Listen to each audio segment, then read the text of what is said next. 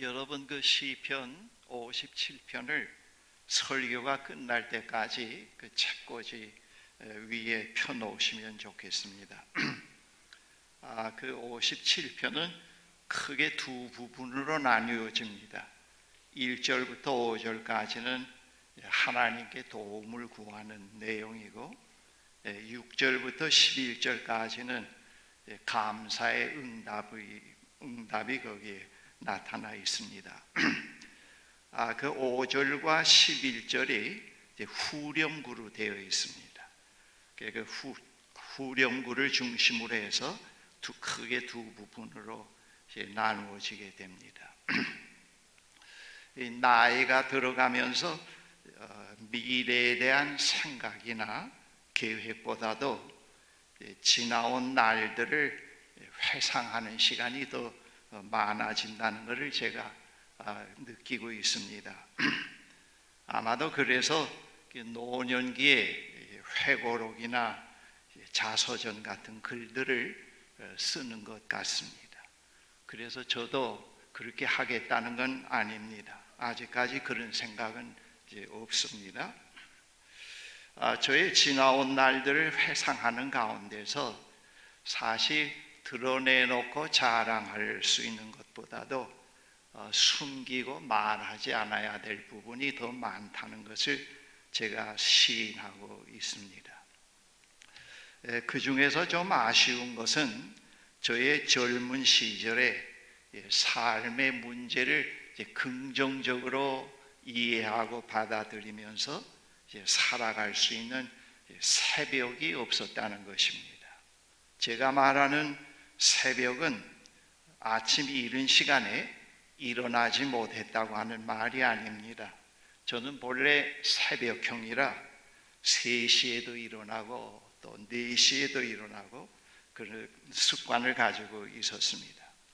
제가 말하는 새벽은 아침 이른 시간에 하나님께로서 나아가서 하나님의 빛의 조명을 받곤 하는 그런 시간을 갖지 못했다는 것입니다. 그런 희망의 시간이 없었다는 것을 말합니다. 젊은 시절의 생을 긍정하며 살아갈 수 있는 희망의 시간이 얼마나 소중하다는 것을 제가 나이가 들어가면서 더욱더 느끼게 됩니다. 저를 그렇게 만든 것은 그 시절 제가 가지고 있었던 생의 환경과 어떤 생의 문제들이었다고도 그렇게 생각됩니다.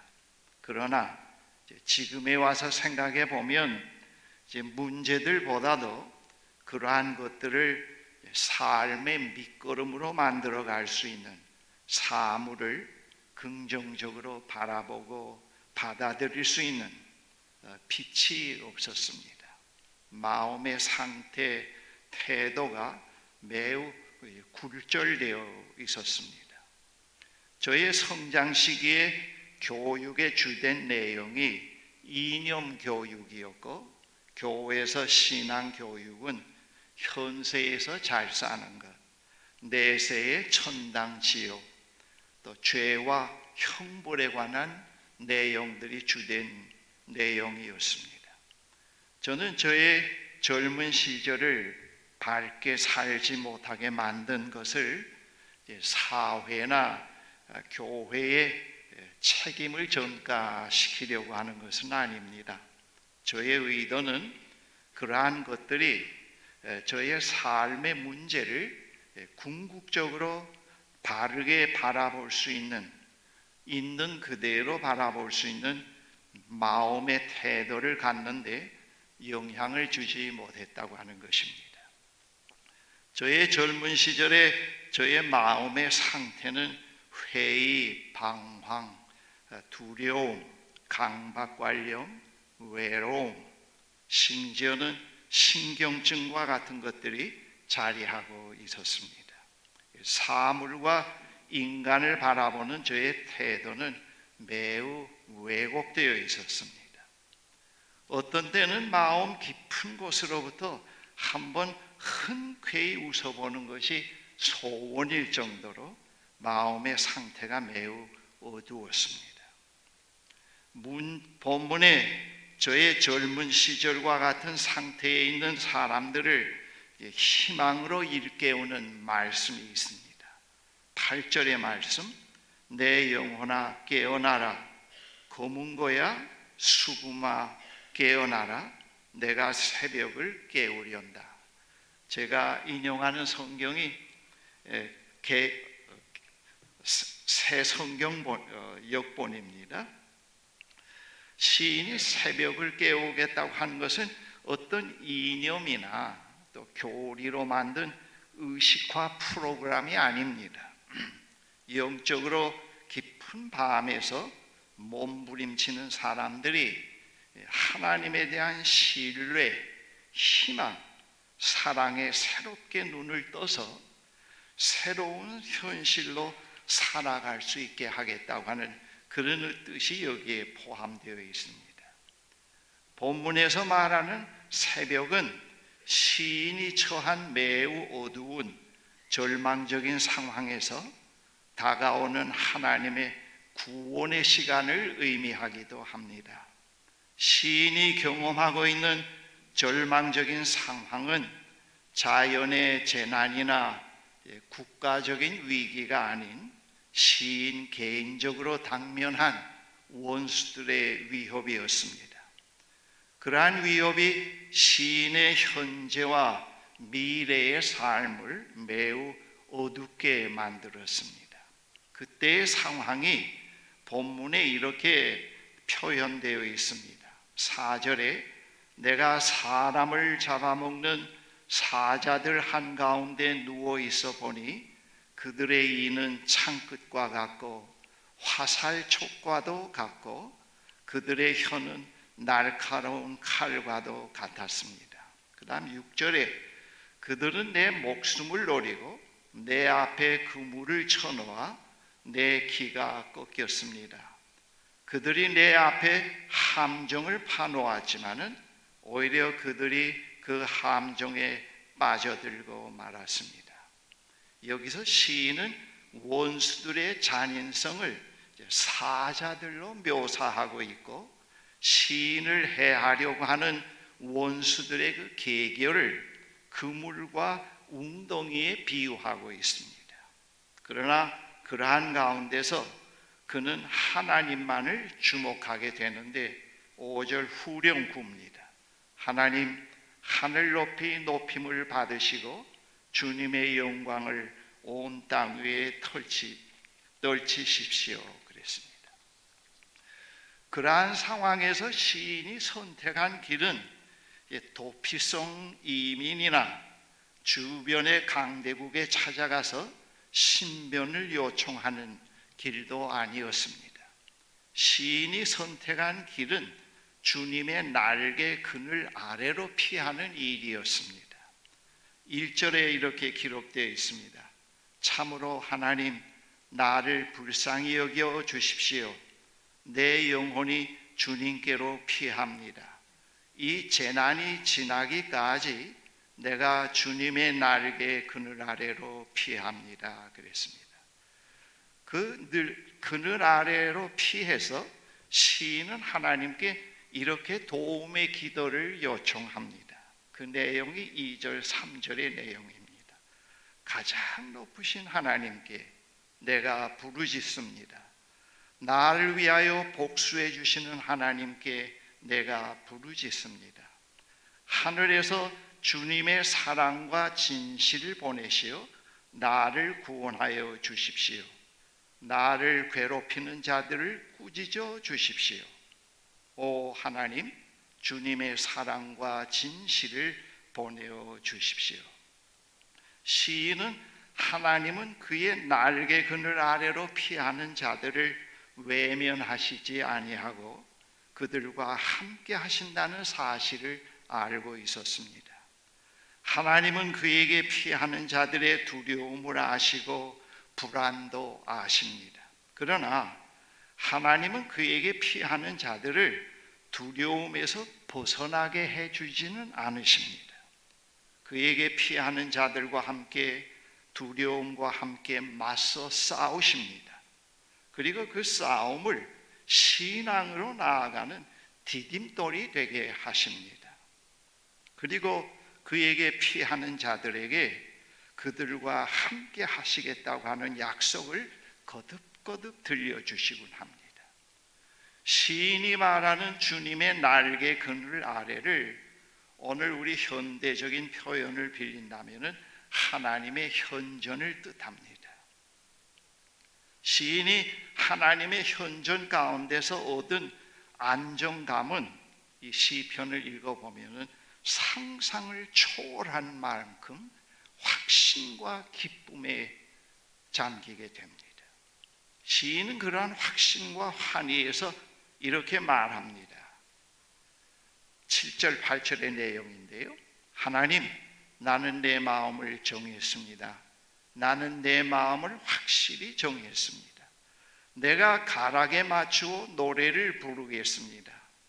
내 영혼아 깨어나라. 거문고야 수구마 깨어나라. 내가 새벽을 깨우련다. 그랬습니다.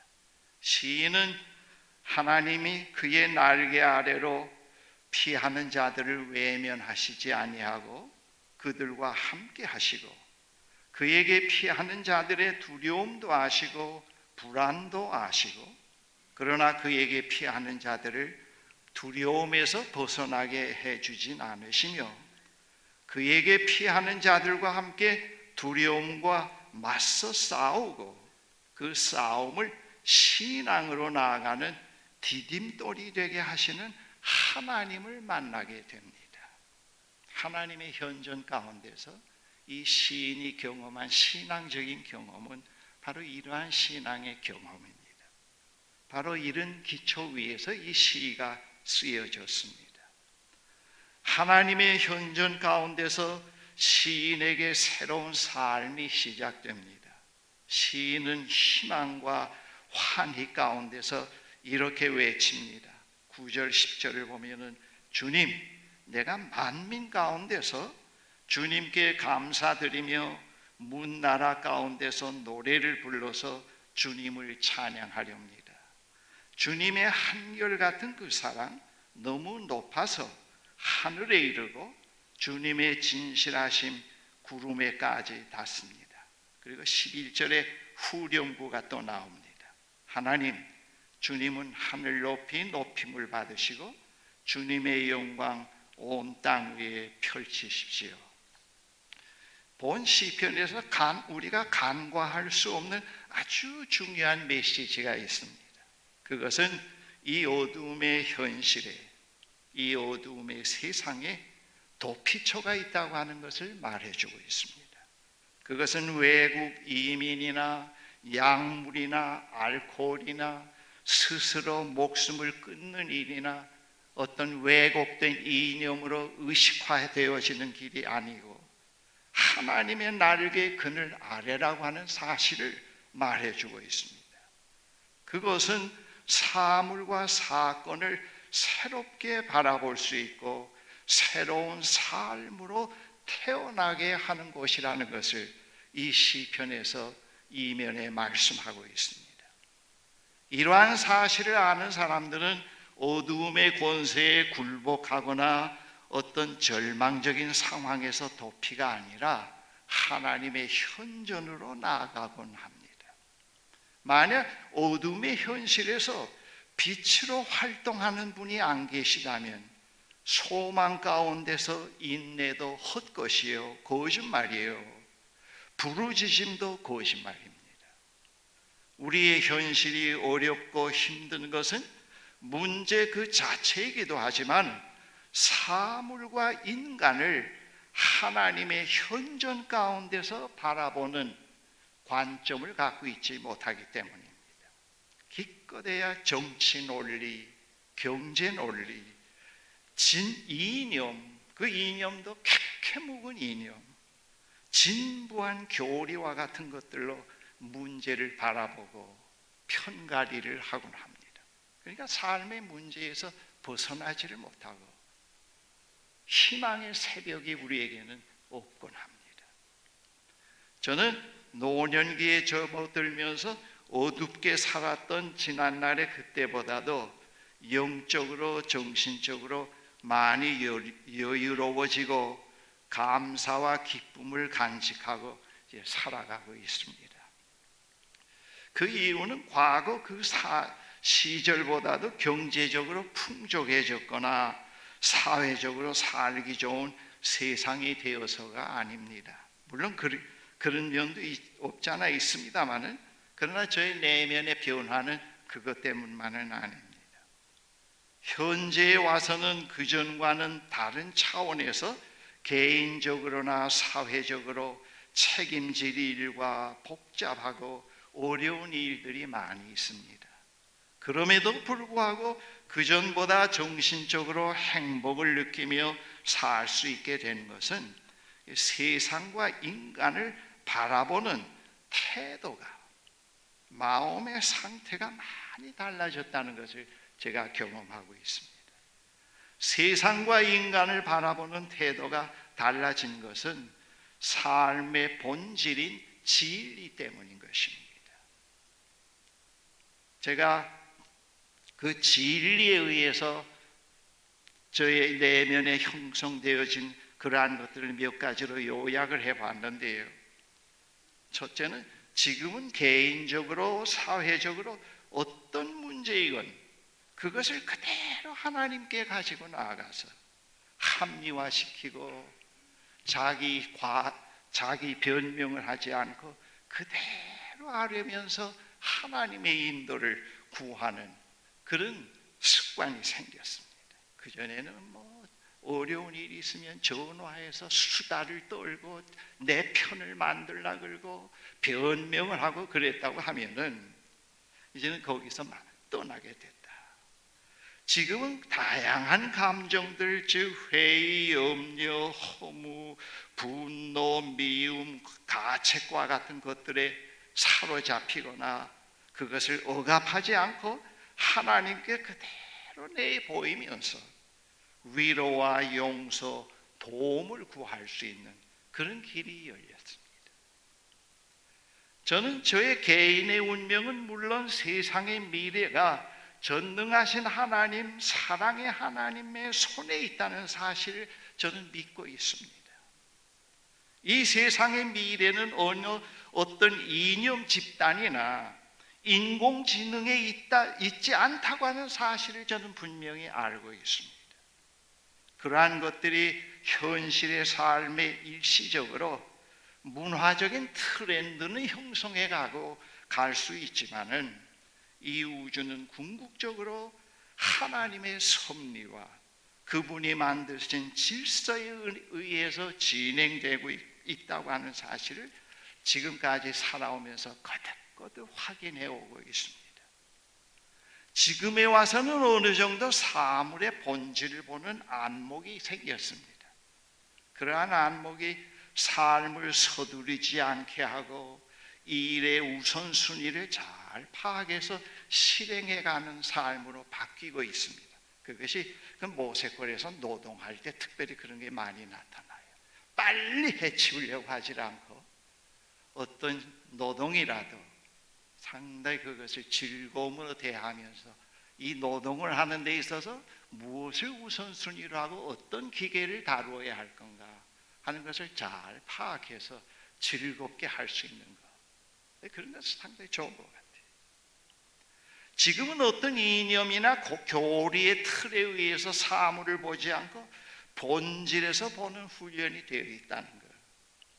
지금은 잔소리나 훈계가 아니고 새벽을 깨우는 삶의 방식으로 삶의 라이프 스타일이 많이 바뀌고 있다고 하는 것. 그리고 저에게 예수 그리스도의 십자가와 부활은 세상과 인간을 바라보고 이해하는 근본이라고 하는 것을 제가 잘 알고 있습니다. 여러분, 임영수 하면은 음식물을 먹어서 살과 뼈가 피가 생겼지만은 이것을 집으로 비유하면은 집의 외곽이라고 하면은 그 집 내부의 실제적인 그런 어떤 내용들은 바로 이런 내용들로 제가 형성되어 있다고 그렇게 말할 수가 있습니다. 이런 것들이 삶을 안정시키고 있고 이런 것들이 사물을 바로 보고 만들고 있습니다. 오늘날 지금 문제가 되는 건 이런 것들을 다 버리고 데이터를 붙잡고 뭔가 새로운 어떤 비전을 향해서 나가보려고 몸부림치면서도 그 이면에는 깊은 허무와 공허에 시달리는 그런 세대들을 우리가 보고 있지 않습니까? 또 그것들을 이용해 먹는 독재자들, 테크노크라시 이용자들이 있지 않습니까? 그것이 오늘 문제입니다. 그래서 사람들이 저를 보고 보수라고 하지만 제가 보수라고 하는 것은 반공주의자가 돼서 그런 건 아닙니다. 저는 반공주의자는 아닙니다. 이북에서 왔지만 이런 내용, 이런 전통으로 내가 형성되어 있기 때문에 저 스스로 반공주의라고 얘기합니다. 이런 것으로 형성되어 있는 나기 때문에 주체 사상을 받아들일 수가 없고 네오나치즘, 네오 칼 막시즘 그런 것들을 제가 받아들일 수가 없습니다. 제가 반공주의자라고 해서 김일성을 싫어하고 김정은을 싫어하는 건 아닙니다. 제 라이프 스타일이, 삶의 내용이 그것입니다. 이 삶의 내용들은 어떤 이념적인 교제를 가지고 의식화시킨 것이 아니고 직관을 통해서 하나님으로 온 지식이요 깨달은 내용들이기 때문에 의식화 내용과 지식하고는 다르습니다. 이것이 삶을 형성시켜 나가니까 노년의 삶이 참 좋아요. 여러분, 제가 이 노년에 이런 삶을 산다는 것이 하나님의 축복이라고 생각을 합니다. 여러분, 우리가 지나온 역사를 돌이켜보면은 아주 좁은 어느 교파 교리 과정에서가 아니고 포괄적이며 넓은 관점에서 새벽을 깨운 사람들이 많이 있다는 것을 우리가 발견하게 됩니다. 오늘 몇 사람을 제가 열거해 보는데요. 이 사람들은 제가 어린 시절의 성장 과정에서 위인 전기로 읽은 사람들입니다. 그 중에서 몇 사람 추려봤는데요. 혹시 여러분들이 이름이 없다고 해서 섭섭해 생각하지 마십시오. 그래서 제가 중학교 때 산 그 책들이 다 없어졌습니다만 지금도 보관하고 있는 것이 있습니다. 아주 누렇게 바른 벤자민 프랭클린이 쓴 안병욱 교수가 번역한 에이브라함 링컨 전기입니다. 에이브라함 링컨, 처칠, 알버트 슈바이처, 앙리 듀낭, 나이팅게일, 피스탈러치, 마틴 루터, 본헤퍼, 칼 발트, 유일한 안창호 같은 분들을 제가 들 수가 있습니다. 이런 분들 외에도 많이 있습니다만은 그러나 제가 알고 있는 분들로서 여러분들에게 이 사람들의 얘기를 하는 겁니다. 이러한 분들의 공통점은 어떤 이념에나 의식화되어 있지 않다는 것입니다. 이념 집단에 컨트롤되고 있지 않다고 하는 것입니다. 그들에게는 하나님을 경외하는 신앙이 있고 그들의 삶을 컨트롤하는 것은 생명의 하나님과 연관이 되어 있고 그리고 인간을 사랑하는 마음이 그들에게 있습니다. 특별히 고요한 아침의 나라 조선 땅에 복음을 들고 상륙한 초기 선교사들이야말로 새벽을 깨운 분들입니다.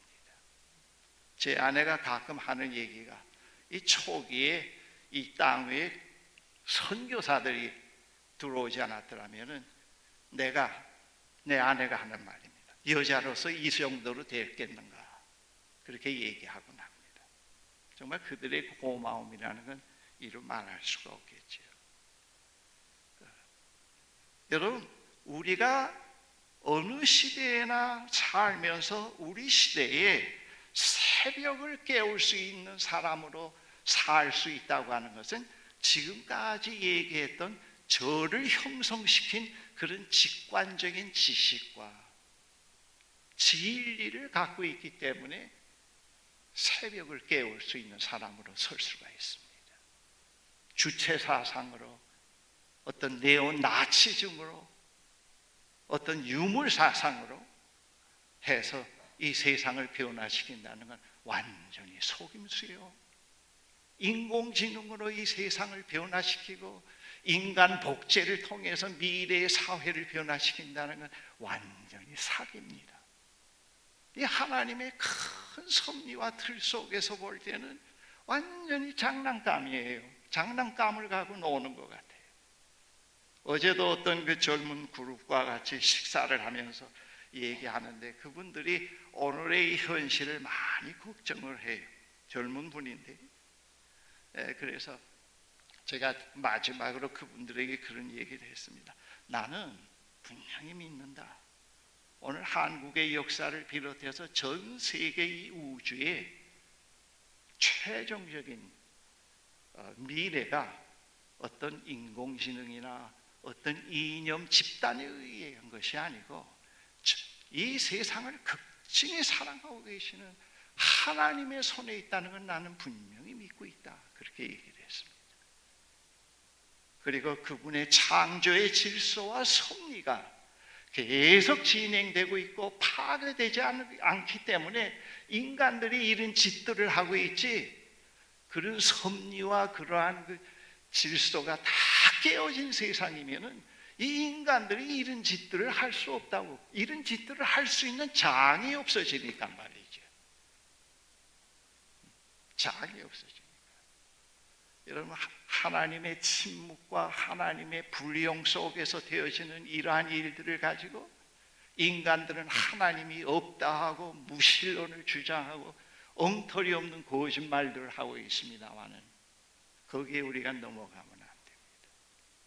저와 여러분들은 우리 시대의 새벽을 깨우는 사람들입니다. 그래서 기독교인들이 보수주의자라는 얘기를 듣는 거예요. 기독교인들이 보수주의자라고 이름을 하는 것은 우리나라뿐만 아니라 전 세계적으로입니다. 그건 왜냐? 철저히 반공 교육에 세뇌되었기 때문에 그런 건 아닙니다. 이런 참다운 진리의 내용을 소유하고 있고 그런 진리의 실존이 형성되어 가고 있기 때문에 그들이 볼 때는 보수라고 얘기하는데 이런 것들이 없으면 우리가 무엇으로 설 수 있겠습니까? 밥만 먹어서 살 수가 있을까요? 보약만 먹어서 살 수가 있을까요? 웰비잉 훈련만 해서 살 수가 있을까요? 아닙니다. 이런 내용이 우리 존재를 지탱해주고 있고 이 험한 세상을 이기며 나아갈 수 있게 하고 승리의 찬양을 어떤 환경 속에서라도 부를 수 있는 그런 새벽을 깨우는 사람으로 세워가고 있는 것입니다. 여러분, 우리의 정체성을 바로 알아야 됩니다. 우리가 이 역사의 현실에서 어떤 사람들로 서 있다고 하는 사실을 바로 알아야 됩니다. 기독교인이 된다고 하는 사실이 어떤 걸로 형성된 인격이라는 사실을 바로 알아야 됩니다. 마지막으로 정말 오늘 우리 시대의 새벽을 깨우는 철학자의 이야기를 제가 하나 읽었는데 너무 감동이 돼서 여러분들에게 소개하고 싶어서 이 시간에 소개합니다. 스웨덴 철학자 타게 린드봄이라고 하는 분인데 이게 정말 새벽을 깨우는 이야기들이에요. 이 그분의 내용 글을 제가 읽어드리겠습니다. 우리는 이제 세속화된 시대에 직면해 있다. 그들에게는 물질이 전부이고 세속화된 시대를 주관하는 사람들 말합니다. 그들에게는 물질이 전부이고 영적인 삶은 무가치하다. 이 세대는 모든 상징을 점점 다 이해할 수 없게 만들어가고 있다. 이 세대는 가족이라는 개념, 생명의 질서, 그러한 값진 것들을 전부 제거해 가고 있다 그랬습니다. 그토록 오래 봉쇄됐던 무질서가, 여기서 오래 봉쇄됐던 무질서라는 건 계시록에 보면 무저갱에 하나님이 가두어 놓은 악령들을 말합니다. 오래 봉쇄됐던 무질서가 우리 앞에 위협으로 등장해 오고 있다. 그리고 이 위협은 세속적인 지침으로 회복하기가 어렵다 그랬습니다. 이런 틈새를 이용해서 독재 정부와 테크노크라시의 독재가 점점 기승을 부리면서 이 세계를 장악해 가고 있다 그랬습니다. 그 다음에 아주 중요한 얘기예요. 그럼에도 겉으로 드러난 무질서와 독재의 위협이 가장 중요하지 않다. 그것들은 비교할 수 없을 만큼 더 심각하고 위험한 그 무엇의 투영일 뿐이다 그랬습니다. 바로 내면의 무질서, 인간의 마음을 사로잡고 있는 혼란이다 그랬습니다. 총체적으로 보자면은 그것은 이제 거짓과 참, 옳고 그름, 선과 악을 구분할 수 없는 우리 세대의 문제가 됐다 그랬습니다. 인간의 왕국은 이제 그 심판의 시간을 심판의 시간에 점점 다가가고 있다 그랬습니다. 이거 참 신학자도 아닌데요, 목사도 아닌데 오늘 우리가 당면한 이 현실을 상당히 예리하게 바르게, 정말 이거 새벽을 깨우는 이야기예요. 새벽을 깨우고 정신 차리게 만들고 이런 상황에서 우리의 정체성이 무엇인가를 묻게 하고 하는 그런 내용입니다. 이 제 설교를 끝내려고 합니다. 사랑하는 형제 자매 여러분, 우리는 이 세상의 많은 사람들 가운데 하나님의 백성으로 초대받았고요. 그 하나님의 백성으로 초대받아서 하나님의 백성으로 서고 있고요. 그리고 하나님께서 또 우리에게 새로운 초대의 자리로 우리를 안내했는데 늘 우리의 일상의 삶 속에서 그 아버지의 이름이 거룩하게 드러내는 일에, 아버지의 나라가 오게 하는 일에, 그의 뜻이 하늘에서와 같이 우리 가운데 이루어지게 하는 일에 우리를 초대하지 않았습니까? 우리는 그 자리에 초대를 받았습니다. 잘 먹고 잘 살라고 초대받은 거 아닙니다. 그 자리에 초대받았습니다. 그 다음 그런 우리가 어느 시대나 우리 시대에서는 또 새벽을 깨우는 사람들로 설 수 있다는 것. 구멍가게를 하든 농사를 짓든 무엇을 하든지 그 자리에서 새벽을 깨우는 그런 사람들로 설 수 있는 그런 자리에 우리가 있다는 거, 이거 참 큰 축복 아닙니까? 이것이 축복입니다, 여러분. 바로 이런 것들이 진리를 믿는 사람들이라고 얘기합니다. 예수 잘 믿으면 출세하고 성공하고, 얼마나 성공의 우상을 한국교회에서 많이 강조해 왔는지요. 그러나 성공해봐요. 타락하고, 돈 때문에 타락하고, 다른 것 때문에 타락하고, 그렇지 않아요? 하나님은 성공의 우상은 아니죠. 우리는 이 진리를 믿는 사람들입니다. 그래서 이 진리를 믿는 사람들이기 때문에 우리는 오늘 이 시대에 새벽을 깨우는 사람으로 설 수 있습니다. 기도하십시다. 사랑의 하나님, 참 감사합니다. 오늘 우리 시대는 정말 분별하기 어려울 정도로 이 시대의 트렌드가 참 급속하게 바뀌어가고 있는데, 많은 사람들이 지금 어떤 방향으로 흘러가고 있는지를 모르고 있습니다. 순간순간 나오는 어떤 하나의 핸드폰이나 그런 어떠한 그런 기기를 바꾸는 일에 몰두해 오고 있고, 많은 사람들이 데이터에 너무 의존하면서 살아가고 있습니다. 미래의 인공지능이 우리의 삶을 완전히 개선할 거라는 환상에 젖어 있기도 합니다. 그러나 우리가 속지 않게 해주십시오. 우리가 오늘 이 시대를 살아가는 새벽을 깨우는 하나님의 자녀들로서 어떤 진리의 내용을 가지고 있어야 할지, 어디에 우리의 삶의 기본을 세워가야 할지를, 나라고 하는 한 인간이 어떤 진리로 형성되어 있는 존재라고 하는 것을 늘 바르게 묵상할 수 있게 하시고 확인해 갈 수 있게 해 주십시오. 그래서 이 세상이 끝날 때 주님이 오시는 날까지 우리는 새벽을 깨우는 자로서 우리가 살고 있는 현실에서 하나님께 신실하게 살아가는 하나님의 자녀들로 설 수 있게 축복해 주시옵소서. 예수 그리스도의 이름으로 기도합니다. 아멘.